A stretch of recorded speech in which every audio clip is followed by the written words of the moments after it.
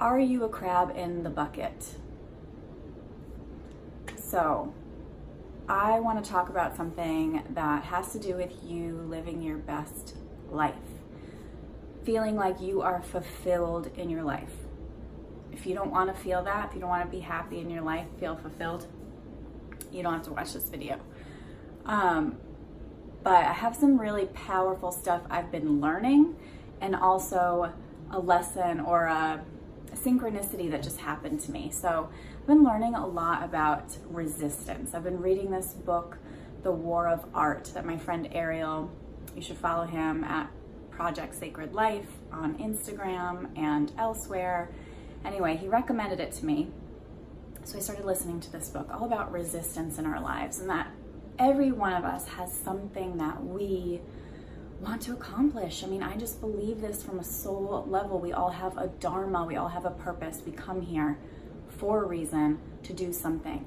But the reality is that many of us aren't doing it. So first I want to start with a story that just happened to me.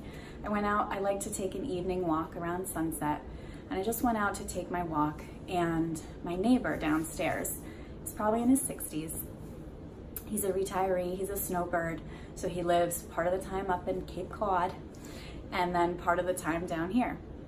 And he loves giving me a hard time about my business. Now, to be fair to him, he has been kind before and tried to give me ideas, right? Everybody has ideas for how I should improve my business, and that's fine, I welcome it. But he also gives me a really hard, sarcastic time about it. And last year it used to bother me a lot, and now I've learned to just laugh. So I want to sort of give you the rundown of what our conversation was like tonight. So I see him, I'm on my way out for my walk. Hey, how you doing? How's everything going? I said, good, I'm having a cleaning day, you know, getting some stuff done. Yeah, how's your business going? Great, going well, you know, it's busy time, busy season, so things are going well now. Yeah, busy season, but what about slow season? I said, yeah, you know, well, I'm just figuring that out. And he's like, well, you're gonna have to follow the season. You're gonna have to go up north. And I said, yeah, I might do that again. I might go up north for a couple months, do some things up there. I said, but you know, I'm growing my classes, I'm finding more locals down here. Oh yeah, nothing going on here in the summer. You're gonna have a hard time. I said, well, you know, I'm making jewelry too, and that's going all right. And, oh, really? You're selling it on the internet? Yeah, on the internet, my classes, whatever. Anyway, I say too much. Like, you ask me a question, and it's like I take fucking truth serum and like all these words vomit out of my mouth. Like, I don't need to share this much. This is also a lesson in playing it close to the vest. I don't need to tell him everything I'm doing. He's my neighbor. He's a grumpy old man. Whatever. So he says, yeah, must be a big change from that teacher's salary, doing what you're doing now. And I said, yeah, it is a big change, but I'm really happy and I'm enjoying my life, so it pays off. And I said all this with a smile, and he said, yeah, show me the dollar signs. And I just kind of laughed it off and walked away. And it doesn't bother me in the way, it doesn't make me angry, because I've noticed, especially through this book I'm reading, that that's his version of resistance. So he, in effect, he doesn't like what I'm doing. It triggers him, right? It triggers him to see someone give up something that is stable. He said this to me before. He couldn't believe that I gave up a pension. And how am I ever going to live in a place like this and live, you know, have a life like this without something like that? He said, all these people here are teachers, they've had pensions, whatever.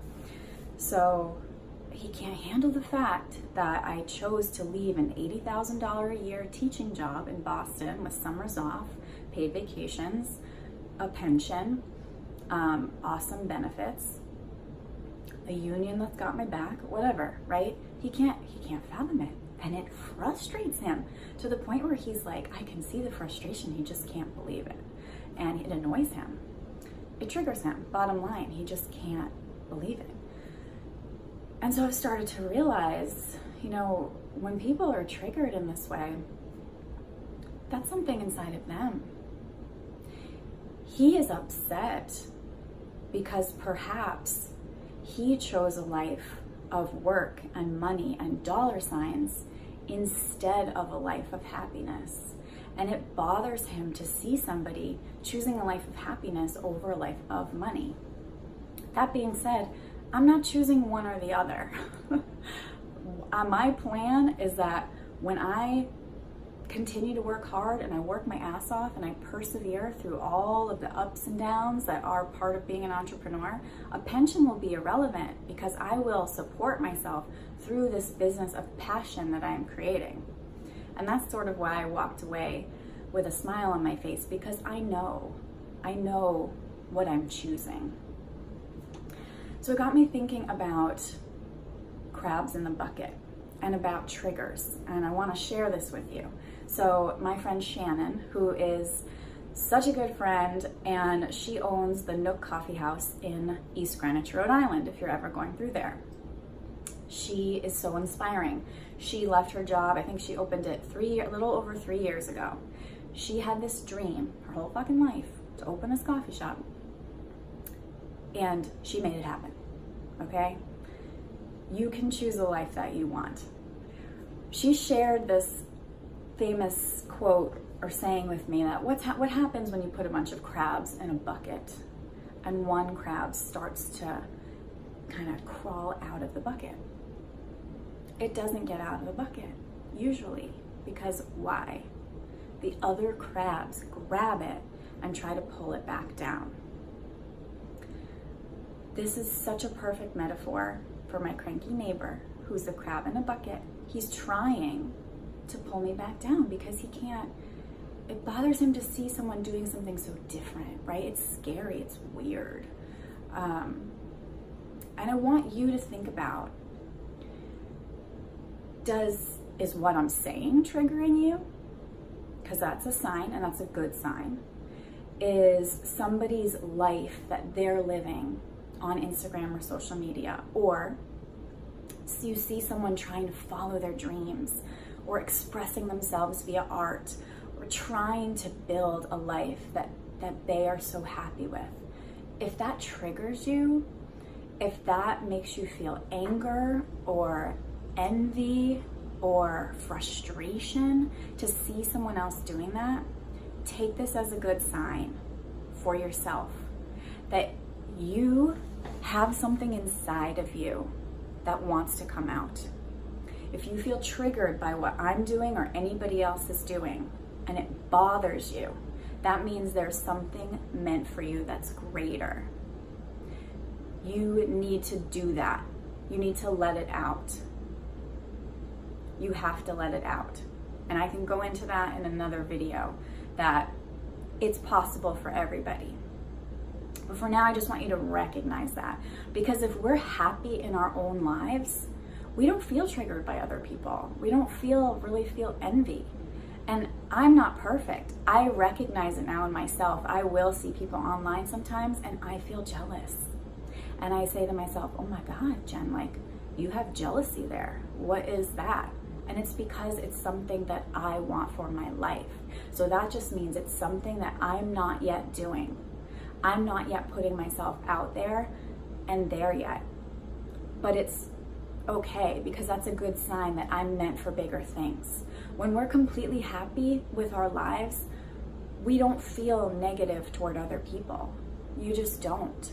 When you're happy, if you're looking online and if you feel charged emotions and you feel basically anything other than like happiness for another person, then that's a sign there's something else in you that you probably need to do. So take it as a good sign and then start working on it. Because we only limit ourselves. Fucking trust me on this. We only limit ourselves.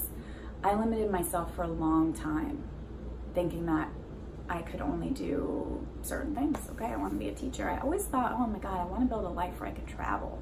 I want to build a life where I could live in 2 places. I could be seasonal. And I usually my mind dismissed it. Well, there's no such thing as like snowbirds that are young. You have to be able to afford buying 2 houses and you have to make a lot of money. And that was just the limiting belief that I had, that was the only way to do it. Meanwhile, I now know different, and I have tons of friends who are living the life of their dreams or working toward it, and they're happy in the process as they live their nomadic lifestyles, or they pop around, they travel, they quit things, they quit jobs and go travel because they save their money and they decide that's what they want to do, so they do it, right? So it's all just deciding that that's what you want to do. Stop limiting yourself, because we are the only ones. We like have this box. I picture my brain in a box, right? We have this box. We're the only ones that keeps the lid on it, right? Yeah, there's society. Definitely they play a role, right, in telling us what the box is supposed to look like. Your parents, your friends, the crabs in the bucket, right? They're all going to challenge that. But at the end of the day, you're the only one that holds the lid on those limiting beliefs in that box. I could go on forever, but the point of this is recognize the places where maybe you're being a crab in the bucket, even just in your mind. Are you being triggered by somebody else's life or perceived life? Because let me just tell you, I'll make another video about this. Like, the life that I'm living and most other entrepreneurs are living, it's not fucking easy. It's not like sunshine and rainbows. I am definitely happier than I was, because I don't feel like I'm missing, like I have that void that I used to have of like, what the fuck am I doing here? But I'm sorry, Mom, for all the swears, but I'm passionate. I don't have that void anymore, but I freak out every other day. Ask my sister. It's hard. Chasing after your dreams is supposed to be hard. And this book talks about that as well. Like, the more fear you have, the more that's a sign that that's something for you. This path in my life has brought every fear, every vulnerability, everything inside me to the surface for me to look at and face and be like, okay, am I going to continue to choose to face this that's inside me? Or am I going to just go back to the way things were? I'm not going back. I took the red pill. Is it the red pill? I think so. I can't go back now. So I'm persevering, and that pension isn't going to matter. However long it takes me, I'm going to make this work because I decided. It might change along the way, it might pivot, but I decided. So is there something burning inside you that you really want to do? Do you want to make art? Do you want to write? Do you want to travel? Do you want to build a cabin in the woods? Do you want to have a huge garden? I don't care what it is. Do you want to learn herbalism? Do you want to learn yoga? Do you want to, like, whatever? You need to go do it. Stop being jealous of other people and start taking action toward the life that you want. Tough love, I love you. Bye.